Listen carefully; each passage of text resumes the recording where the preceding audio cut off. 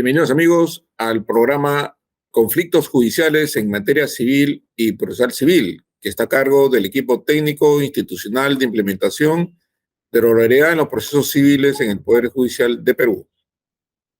Este programa tiene por objeto transmitir a los ciudadanos, abogados, jueces, estudiantes de derecho, público en general, las preocupaciones, conocimiento, experiencia de expertos en temas civil o procesal civil que serán entrevistados con el objeto de esclarecer algunos tópicos de estas materias. Hoy día tenemos el grato honor de contar con una ilustre abogada, joven abogada, que va a abordar un tema importante, del que no se ha tocado demasiado. Sí se ha tocado, por supuesto, pero no en la intensidad que corresponde. Se trata de la figura conocida como responsabilidad precontractual.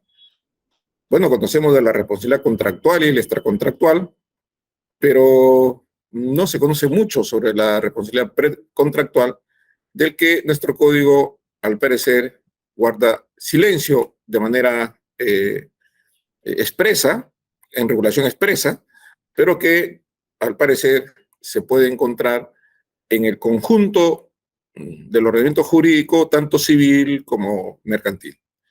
Muy bien, vamos a un pequeño corte, iniciamos esta interesante entrevista.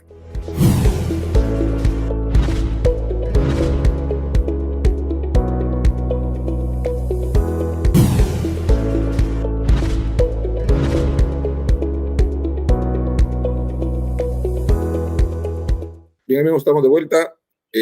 Como comentaban hace unos minutos, está con nosotros la doctora Roxana Jiménez Vargas Machuca. Ella es abogada por la Pontificia Universidad Católica del Perú, con maestría en Derecho Civil culminada en la PUC y doctorado en Derecho culminado en la Universidad Nacional Mayor de San Marcos. Ella se desempeña como árbitro nacional e internacional y es integrante del listado de árbitros de la Cámara de Comercio de Lima, de la PUC, de la AmCham, así como de otras cámaras de comercio a nivel nacional. Fue jueza superior titular de la Corte Superior de Justicia de Lima y es docente en Derecho Civil y Arbitraje en la Universidad de Lima, de Derecho Civil en ESAN y en la Maestría de Derecho Empresarial de la Universidad de Piura y de Arbitraje en la UPC. Bueno, como ustedes podrán percatarse, es una ilustre abogada, docente universitaria, que nos traerá comentarios sobre el tema responsabilidad precontractual. Doctora Jiménez Vargas Machuca, muchas gracias por estar con nosotros y por disponer de su tiempo a esta entrevista. Bueno, muchísimas gracias, doctor Héctor Lamamore. Muchísimas gracias por esta entrevista. Para mí es un honor poder participar en este programa organizado por el equipo técnico institucional de implementación de la oralidad civil que usted dirige. ¿No? Bueno, para hablar de este tema sobre la responsabilidad precontractual, es muy llamativo porque hay que hablar de responsabilidad, hay que pensar en todo caso en la responsabilidad contractual, es decir, en la formación del contrato, pero a su vez hay que pensar también en la responsabilidad extracontractual, ¿no? Para poder ubicarlo, pero inicialmente hay que pensar en los contratos, hay que pensar en cómo se forma un contrato, ¿no? Sabemos que las personas en general, estoy hablando de personas en términos muy genéricos, pueden ser naturales, jurídicas, ¿no? Cuando identifican alguna necesidad insatisfecha, requieren la colaboración ajena, porque todos no somos autosuficientes, siempre requerimos la colaboración ajena para alcanzar la satisfacción de aquella necesidad. Para ello, previamente, identificamos aquello con lo que consideramos vamos a poder satisfacer esa necesidad y nos relacionamos con otros. El resultado de esa interrelación con el otro puede derivar, ¿no?, en un vínculo jurídico, es decir, en un contrato.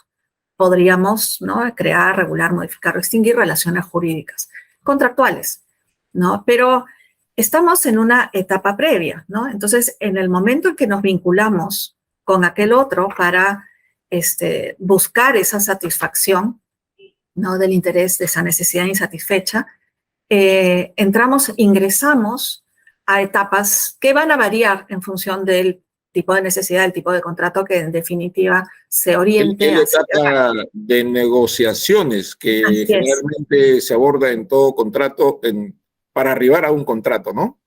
Así es, exacto. La etapa de negociación, también llamada etapa de tratativas, ¿no? Porque ahí las partes, las futuras partes, que en este momento son partes no contractuales aún, ¿no? Van a expresar su voluntad y van a plantearse, ¿no? Sus proyecciones, sus expectativas, pueden haber cruce de ofertas y, en fin, en general es un cruce de voluntades, ¿no? De quienes participan en esta etapa, ¿no? Doctora, usted señala que para establecer certeramente la ubicación de esta figura es necesario pensar en el contrato. Sin embargo, también hay que pensar en las relaciones extracontractuales, es decir, hay un híbrido. ¿Cuál es el escenario en que se encontraría el sujeto dañado o afectado por una incorrecta negociación precontractual? Claro, yo me refería a que hay que pensar en el contrato porque la orientación es ir a la celebración de un contrato. Correcto. Estamos en la ruta, en el camino de la celebración de un contrato y toda la problemática ocurre en ese camino, en esa ruta y no se llega a celebrar el contrato en algunos casos y en otros casos sí se celebra, pero es un contrato que puede ser inválido, es un contrato que puede ser ineficaz o que tiene quizás una serie de problemas derivados de esta etapa de negociación, ¿no? Y que van a generar lesión del crédito a posteriori.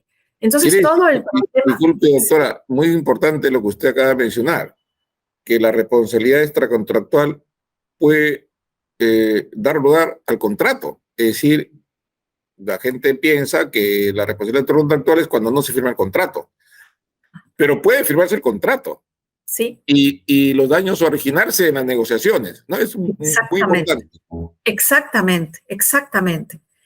Los daños originados en esta etapa de negociación, ¿no? Porque claro, si el contrato no tuviera este tipo de problemas y ya tuviese problemas en su ejecución, ¿no? Pero derivados de una negociación adecuada, digamos, y una claridad de ambas partes, al momento de celebrarlo no habría que remontarse a la etapa de tratativas a ver si ahí ha habido algún problema, ¿no? Acá lo que hay que identificar es justamente los problemas, son justamente los problemas que se dan en la etapa de negociación, ¿no? Y en la etapa de tratos entre las partes, ¿no? Es muy importante esto de los tratos preliminares. Inclusive, tan importante es, y luego también el cómo, dónde ubicarlos en cuanto a su naturaleza jurídica, es decir, si se genera algún daño, ¿no? O alguna vulneración, alguna deslealtad en esta etapa de tratativas, cómo se ubica esto, ¿no? Normativamente, jurídicamente, para efectos de ver si cabe la posibilidad de ser indemnizado si es que alguna de las partes se considera afectada. Esa es la gran problemática de este tema, ¿no? No es identificar tanto el qué, sino el cómo. ¿Cómo? ¿No? Ajá, así es. Doctora, la información respecto de lo que va a ser objeto del negocio, si es un bien, si es una empresa, si es una inversión, esa información, el contratante, el que recibe la oferta, ¿tendrá que averiguar o esa carga de información la debe soportar el oferente? Claro, cuando dos personas, ¿no? Inician la etapa de tratativas, hay información que viene, ¿no? De ida y de venida, ¿no? Por ambos lados, ¿no? Y hay que ver caso por caso, porque si estamos ante dos partes sofisticadas, profesionales, cuyo estándar de diligencia es alto por el nivel de información que manejan, entonces su estándar, digamos, de diligencia es alto. Pero si estamos en una relación entre alguien que no maneja información, solo sabe que desea algo, que conoce su necesidad, pero no maneja esa información y está frente a alguien que es experto, por ejemplo, alguna capacitación, alguna asesoría, algún bien con alta tecnología, que la parte solo quiere usarla. O como cuando, por ejemplo, yo compro tecnología, yo no sé nada, yo solo quiero que me enseñen a usarla y no sé más.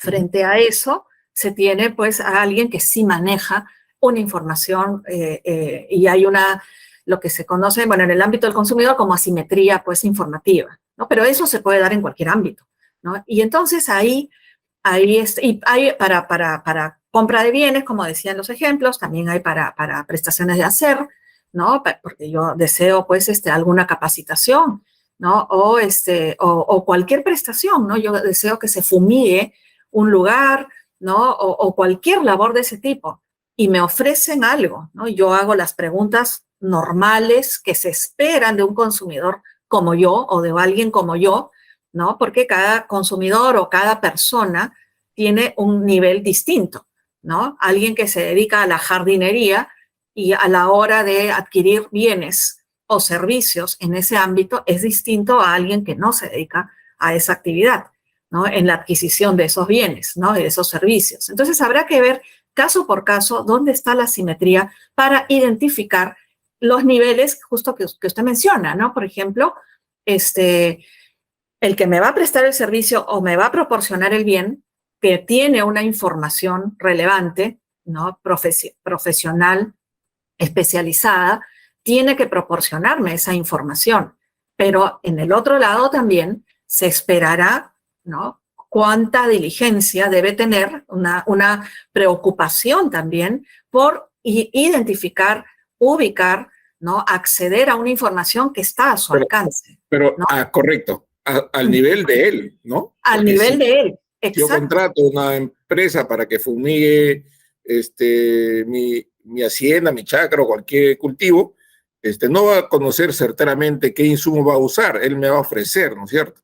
Exacto. No lo va a llevar a un laboratorio a averiguar si lo que me está diciendo es correcto. Asumo que lo está haciendo de buena fe, ¿no? Exacto. Digamos que él está en mejores condiciones que yo para dar esa información. Entonces, esa es la asimetría de la información que, como usted bien dice, aplica no solamente para temas de consumidor, sino aplica para cualquier tipo de negociaciones, de cualquier ámbito, ¿no? De cualquier ámbito. Así es. ¿Sí? Exacto, exactamente, ¿no? Y entonces, identificado esto, se podrá saber entonces, ¿no? Si aquel, ¿no? Que o condujo a un contrato inadecuado, ¿no? Por que mintió u ocultó información, ¿no?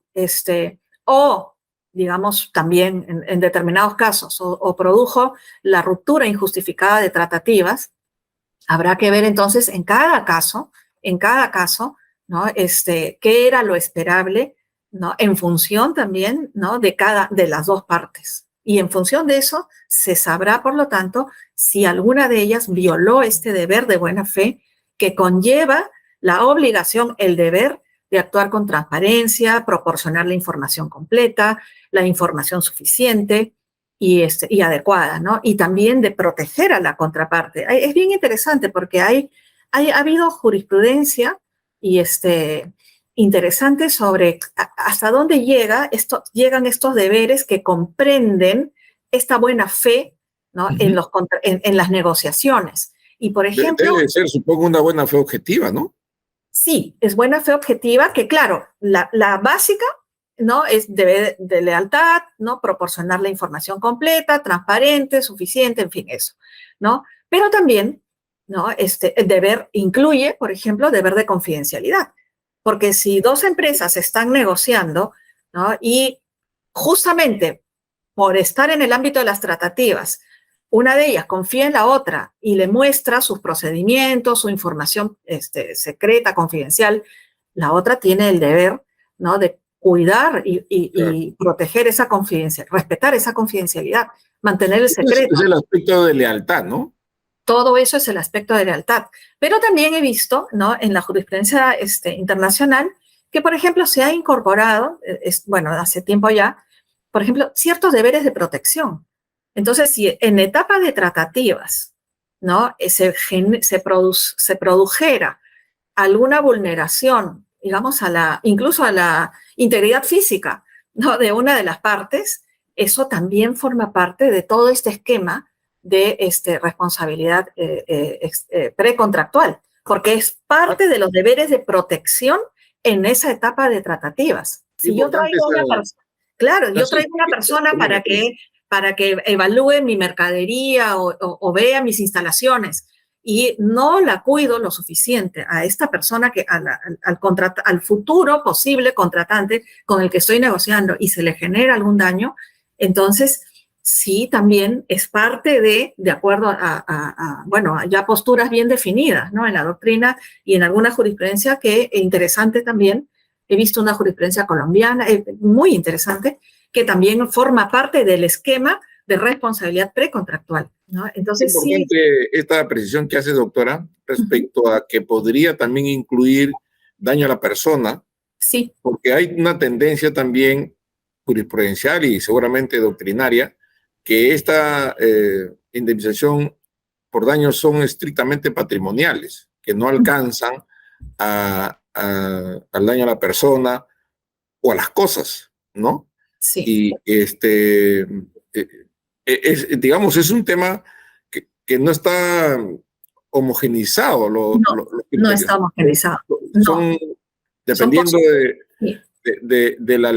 un poco de la jurisprudencia en cada país, en el derecho comparado, ¿no? Pero finalmente todo eso forma parte del bagaje que enriquece esta figura, ¿no? Sí, lo interesante es que como siempre en el derecho, ¿no? El derecho está en perpetuo movimiento y evolución y se van generando situaciones que van siendo incorporadas por la doctrina, por la jurisprudencia y claro, quien muchas veces reacciona después ya es la legislación, la normativa que se va actualizando, como se dice, ayornando justamente, ¿no? Por todo este insumo que le da la realidad que es recogida por la jurisprudencia esencialmente, ¿no? Y eso es lo que lo vuelve rico, ¿no? Y por eso es que la postura que todavía existe, por supuesto, ¿no? Que niega la existencia de responsabilidad precontractual, cada vez es más reducida, ¿no? Y se va extinguiendo, ¿no? La discusión se da mayormente, no digo que no exista, sí existe también todavía esa postura, pero ya es minoritaria, ¿no? Ínfima.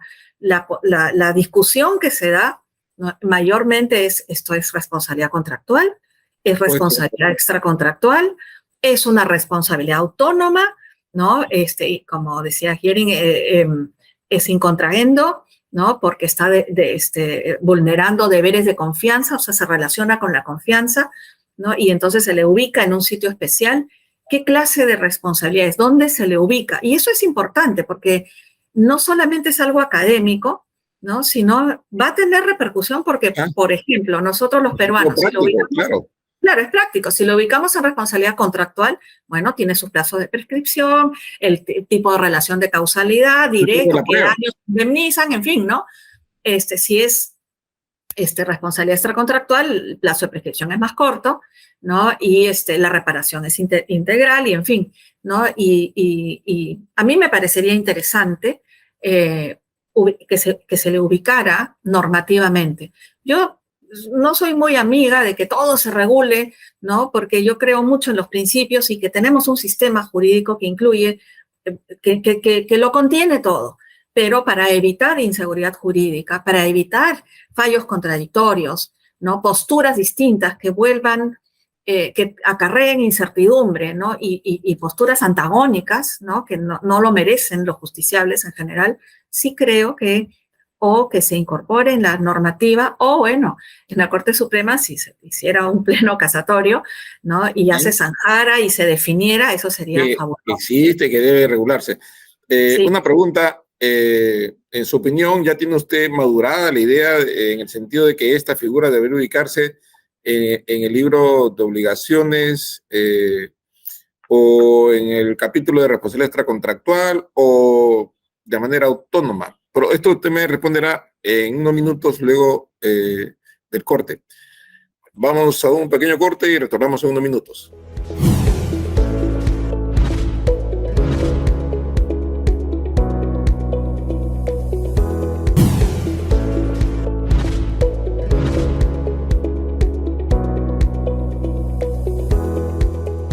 Amigos, estamos de vuelta.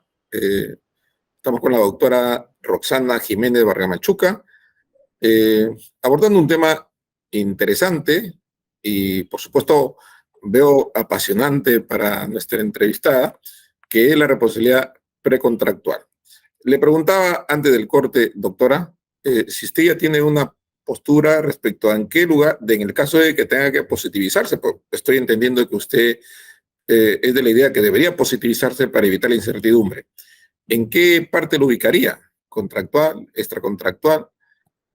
Digamos, un ente autónomo, regulativamente hablando.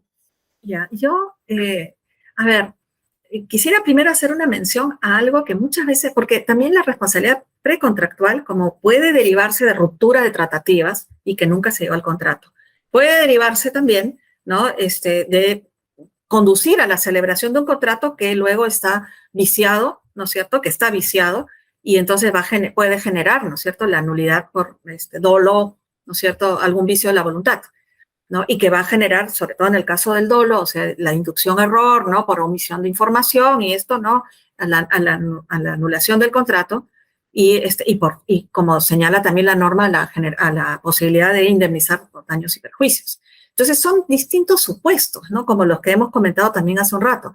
Entonces, yo creería que no estaría mal sistematizarlos, ¿no?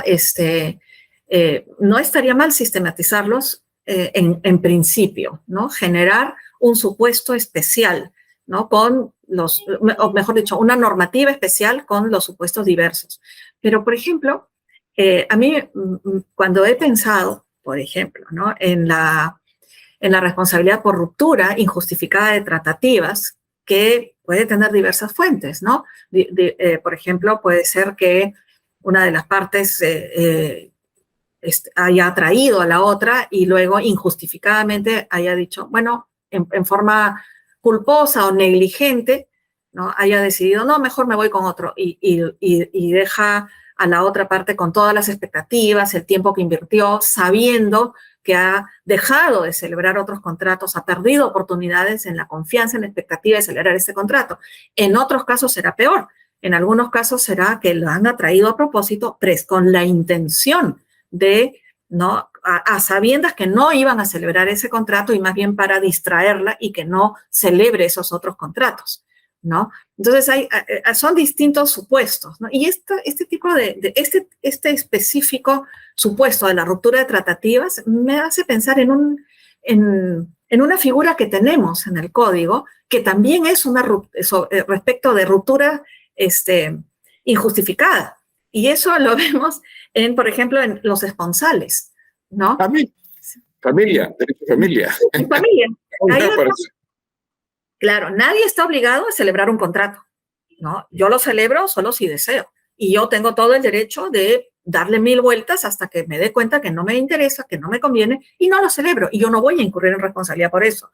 Entonces, habrá que ver el íter de esas tratativas, a ver si yo culposa o dolosamente he dañado a la otra parte, ¿no? Y la ruptura de las tratativas es como dice, ¿no?, injustificada y no obedece al ejercicio regular del derecho que yo tengo, ¿no? Y lo mismo me hacía recordar cuando estaba pensando en esta figura, me hace pensar en los esponsales. Nadie está obligado a casarse, ¿no? Evidentemente, el noviazgo es una etapa, ¿no?, en la cual las partes se van conociendo, se acercan más y deciden si finalmente, ¿no?, o sea, ya tienen una promesa de matrimonio porque lo han pensado, pero definitivamente pueden desalentarse por razones válidas, ¿no?, naturales.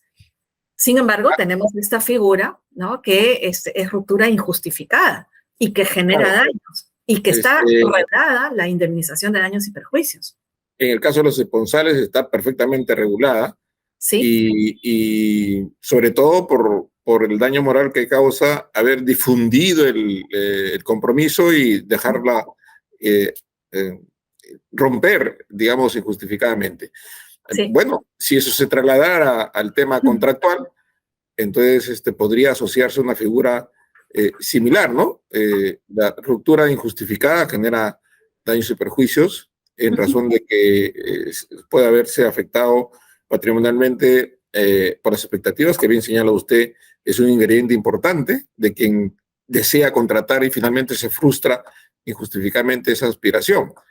Entonces veo que usted más camina hacia tener una figura autónoma, Sí, pero yo digamos, creería que sí, ¿no? Que más que se podría caminar hacia una figura autónoma. Yo he relacionado una figura con la otra, si bien una pertenece al mundo patrimonial y la otra no, y tiene enormes diferencias, por supuesto, pero lo que le encuentro en común, ¿no? Es que en ningún caso está uno obligado a celebrar un contrato y las tratativas son para eso. En ningún caso uno está obligado a casarse y el noviazgo y todo lo previo es para eso, pero la ruptura injustificada, ¿no? Ante la expectativa de otro, cada uno en un ámbito y el otro en el otro. Y entonces me parece interesante pensar en nuestro sistema jurídico en conjunto. Tienes esta institución por ahí, ¿no? Que casi no se usa. Yo nunca he visto un caso de solicitud de indemnización por ruptura de esponsales, pero existe, ¿no? Y es una figura antigua. Tenemos el principio de la buena fe, tenemos la norma ¿no? en contratos, ¿no? sobre el deber de negociar de buena fe también, en función de las reglas de la buena fe. No solo es negociar, bueno, es celebrar, ejecutar, pero también negociar, ¿no es cierto? Y tenemos una serie de otras figuras, ¿no? que nos llevan a eso, ¿no? Por ejemplo, cuando entramos a los vicios de la voluntad, ¿no? También, ¿no? Porque cuando se habla del dolo, que es la inducción a error para la celebración de un contrato, nos tenemos necesariamente que ubicar antes en las tratativas, ¿no? Porque uno celebra un contrato, ¿no? con base en una información que se le ha dado previamente justamente para poder celebrarlo, ¿no? por eso es muy importante que se sepa que puedes tomar la norma vinculada a contratos Sí. y obligaciones en general para una situación de tratativas, es decir, Sí. Causal de anulabilidad de un contrato, vicio o error. Eso llevarlo a un no contrato, o sea, a unas tratativas. Eso Sí. también podría causar, digamos, un espacio muy amplio como para decir no aplica. Que eso aplica solo para contratos y no para lo otro, ¿no? Sin embargo, son figuras que podrían utilizarse para poder lograr resarcir el daño que obviamente se ha producido y que no puede quedar impune, ¿no? Es decir, la impunidad, digamos, es caldo de cultivo de la proliferación de las estafas, de los engaños, y eso hace mal a la circulación de bienes, a los negocios, ¿no? Por supuesto, por supuesto. Una figura netamente, digamos, relacionada con los contratos porque es precontractual, ¿no? Porque cuando hemos hablado, mencionamos vicio de la voluntad es para cualquier acto jurídico, ¿no? Algo netamente contractual y que esté enfocado, ¿no? En los contratos, ¿no? Y en esta etapa, ¿no? Y vincular ahí las normas que tenemos dispersas, ¿no? Como, por ejemplo, los vicios ocultos también se van a referir a algo previo, ¿no? Sino que ya tenemos el contrato celebrado, sino que habían vicios ocultos que la otra parte podía conocer. Y así hay una serie de normas, ¿no? que nos llevan a ubicarnos en la etapa previa. Incluso figuras, ya por irnos un poco por otro lado, pero que nos hacen pensar en el momento previo, ¿no? Por ejemplo, la figura como la lesión contractual, ¿no? La lesión contractual, ¿no? supone, ¿no? este desequilibrio entre las prestaciones, el estado de necesidad, pero sobre todo el aprovechamiento del estado de necesidad. Y eso lo ubica uno justo en la puerta de la celebración del contrato. Se ha celebrado un contrato a sabiendas de que ocurría esta desproporción y que yo me estoy aprovechando, que no es una conducta de buena fe, y celebro el contrato pues beneficiándome del estado de necesidad de la otra parte, ¿no? Y eso no le gusta a nuestro sistema. Podemos estar o no de acuerdo con figuras como la lesión, pero es una realidad que tenemos en nuestro sistema que se basa en gran medida en el principio de buena fe, ¿no? ¿Y qué ocurre después de eso, no? Se tiene la acción rescisoria por lesión y bueno, en fin, ¿no? Y la otra posibilidad de equilibrar las prestaciones, ¿no? Entonces, hay muchas figuras en nuestro sistema en general que nos ubican en etapas, ¿no? en etapas previas a la celebración y acarrean consecuencias jurídicas. Interesante sería hacer una sistematización y una previsión, ¿no? de supuestos.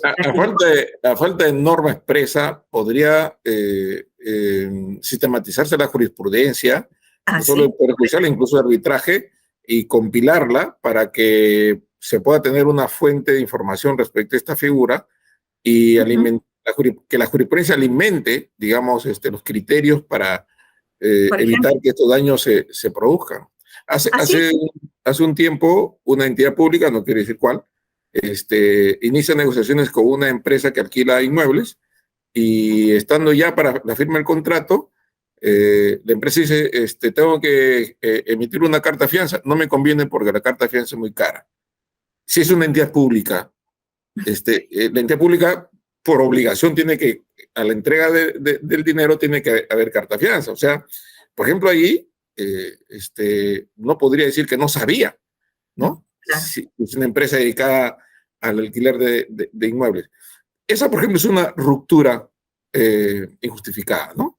Así es, claro, es un claro ejemplo. No puede alegar de conocimiento cuando se conoce perfectamente por su nivel de negocios que hace, que si celebra un contrato con una entidad pública, la ley le obliga a la entidad pública a exigir una carta de fianza, ¿no?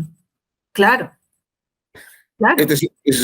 Digamos, es uno de los tantos casos cotidianos que, digamos, probablemente no suceda nada, ¿no? O sea que finalmente, digamos, esa entidad pública estará consiguiendo locales por otro lado.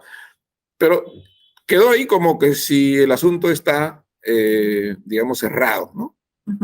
Pero hay ahí un daño, tiempo perdido, etcétera, ¿no? Por supuesto, hay gastos, hay tiempo perdido, oportunidades perdidas, y hay una necesidad que justamente uno se orientaba a satisfacer, y cuando uno tiene una necesidad, cualquiera que ella fuere, uno se proyecta no solamente en el qué, sino en el cuándo, ¿no? Entonces yo necesito esto para ahora, para mañana, para dentro de una semana, esa es mi necesidad, o dentro de un mes, y por eso me embarco en una negociación, en general, ¿no? Y entonces, si se frustran las negociaciones, se me hizo perder ese tiempo, ¿no? Que se va a traducir en una serie de perjuicios dependiendo del caso, ¿no? Porque de repente es muy necesario para alguien que se implemente en un tiempo específico, ¿no? Y entonces hay un costo de oportunidad también, ¿no? Muy costo elevado. De oportunidad. Eso es muy, muy importante. Costo de oportunidad. Así es. No solamente es porque dejaste de tener el bien, sino porque además dejaste de activar tu negocio o tu trabajo, digamos, en el tiempo que tú pensabas, ¿no? Y que probablemente si lo haces después ya no te va a rendir la misma utilidad, ¿no? Así es. Exacto. No te va a rendir la misma utilidad y bueno, hay una serie de otros perjuicios, ¿no? Colaterales, ¿no? También que se tienen que tomar en cuenta, ¿no? Y más aún si la otra parte conocía de eso, porque hay quienes también llevan a la quiebra empresas a través de este tipo de conductas. Miren, a ese extremo puede llegar, digamos, una frustración injustificada de un contrato, de un negocio, de las que las partes tenían mucha expectativa para su celebración, ¿no? Claro, si se le hace proyectar, ¿no? Y generar una gran expectativa, una confianza sobre todo, ¿no? Basada en toda la conversación y está segura la parte y deja de celebrar otros contratos o baja la guardia en muchas otras cosas. Imagínense esas negociaciones de meses y meses y meses que importan además mucho gasto, ¿no? En equipos jurídicos, ¿no? Y al final, en el último momento, se cae la negociación, ¿no? Por mala fe de la otra parte, ¿no? Puede causar perjuicios muy severos. Exacto. Muy severos, sí. Bueno, entonces, las pretensiones sobre responsabilidad precontractual, aún en regulación positiva expresa, sí tiene ingredientes para formar una causa judicial y luchar porque se compensen los daños causados en una frustración de un negocio, actúa por la contraparte de manera dolosa o a un negligente grave le causa perjuicio al Por supuesto. futuro contratante, ¿no? Por supuesto, tenemos, además de las normas específicas que podríamos ir sistematizando para los diversos supuestos, ¿no? Tenemos el principio de la buena fe que informa todo nuestro sistema jurídico. En los contratos, el deber de negociar de acuerdo a la buena fe, ¿no? Y sabemos, ¿no? Sabemos nosotros, ¿no? Que existiendo una norma que impone un deber, porque la buena fe objetiva impone un deber con consecuencias jurídicas, ¿no? Claro. Porque si no, estaría en el mundo social, no lo mencionaría el sistema jurídico como una imposición.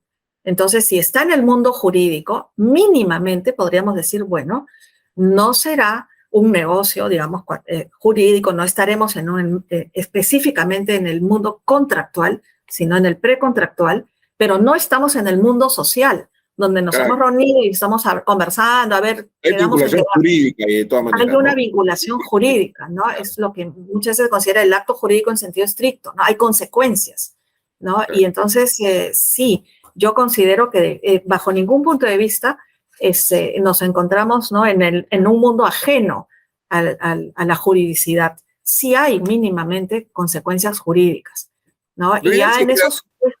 Lo ideal sería tenerlo regulado positivamente y evitar esta dispersión de pronunciamientos y dar más seguridad y tranquilidad, incluso en aquellas fases que pareciera que no vinculan a las partes, pero sí la vinculan, ¿no? Pero que se necesitaría de algún tipo de regulación expresa para que no exista esa dispersión de ideas, de pronunciamientos, un poco citando la doctrina extranjera o a la jurisprudencia de otros países o al arbitraje para armar, digamos, una figura y hacerla valer judicialmente. Si estuviera normado, sería mucho mejor para nuestro sistema del civil law, ¿no? Sí, sí, sería ideal que estuviera normado y muy claro, ¿no? Porque siempre hay que equilibrar el derecho que se tiene a no celebrar el contrato, ¿no? Porque para eso es la etapa de las tratativas, ¿no? Entonces, tiene que basarse en elementos muy claros de gran configuración de dolo o de una gran negligencia que ya es tan alta, pero no, a veces el dolo, la negligencia inexcusable, ¿no? o la culpa grave, ¿no? Muchas veces está diseñada para los supuestos en los que no puedo cruzar la línea de probar el dolo, porque dolo es probar la intención de no cumplir o la intención de no hacer algo, ¿no? No puedo llegar a ese extremo de probar esa intención, ¿no? Pero, ¿no? Me releva de esa probanza el probar que, bueno, la negligencia ha sido tan... todo era tan obvio que claro. Ya, ok, no me pidas que diga que tenía la intención, pero por lo menos tenía todos los elementos muy claramente, ¿no?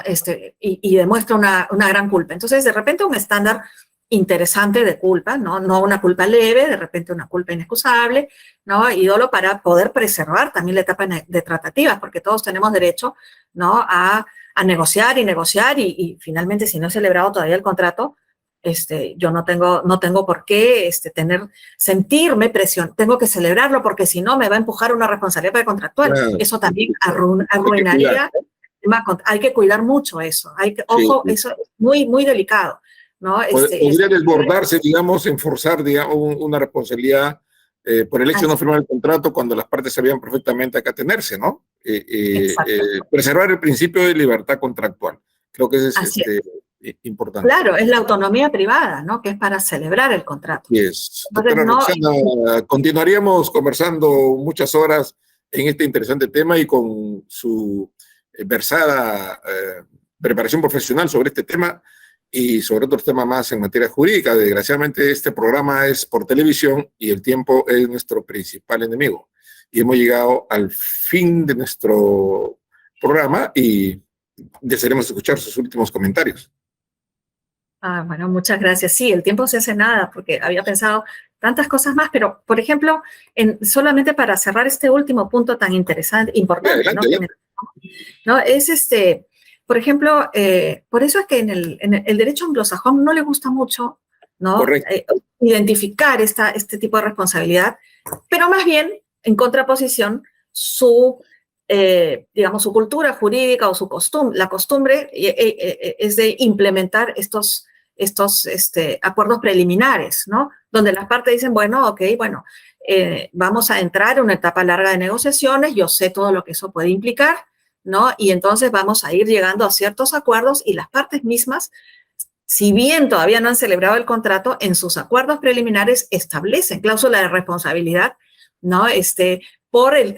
Vinculada al tema de las tratativas, por ejemplo, y así van avanzando, ¿no? De todas maneras la prevén, de todas maneras la prevén. Pero las partes. De otra forma. Claro, las partes. Ahora, las partes que no previeron, bueno, tienen mayores problemas, ¿no? Para poder conseguir alguna reparación. Pero son apuestas más liberales, ¿no? Yo dejo a que las partes, no dispositivas, las partes son las que regulan su sistema de responsabilidad, incluso precontractual. Ya es problema de ellos, la normativa no se mete, ¿no? En el ámbito nuestro, que nos basamos en nuestro derecho continental, que nos basamos mucho más en principios, ¿no? Como el de la buena fe, y por eso tenemos todas las figuras que hemos mencionado, entre ellas la lesión contractual y otras, ¿no? Entonces, sí, es un sistema que busca, ¿no? Que las personas se comporten, ¿no? En base a la buena fe. Y para eso, ya para cerrar, tenemos nosotros figuras tan grandes y tan importantes como la figura de la proscripción del abuso del derecho, ¿no? Entonces yo tengo el derecho de negociar, pero ¿hasta dónde llevo ese derecho, ¿no? ¿Hasta cuándo lo convierto en un derecho, lo vuelvo antisocial, ¿no?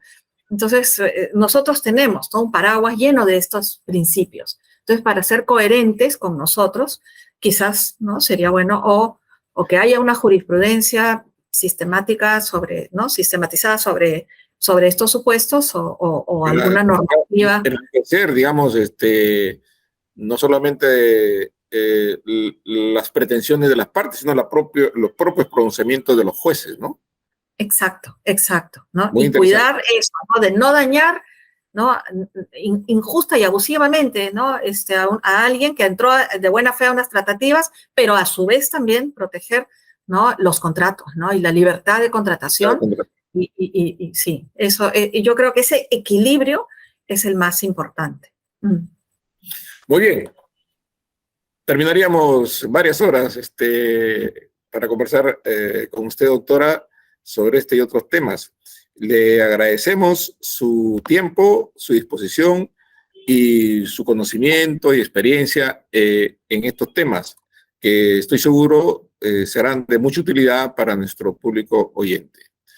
Estimados amigos, eso es todo por hoy. Recuerden, este es el programa Conflictos Judiciales en Materia Civil y Procesal Civil, que podrán verlo todos los martes a partir de las 8:15 de la noche en Justicia TV, el canal del Poder Judicial.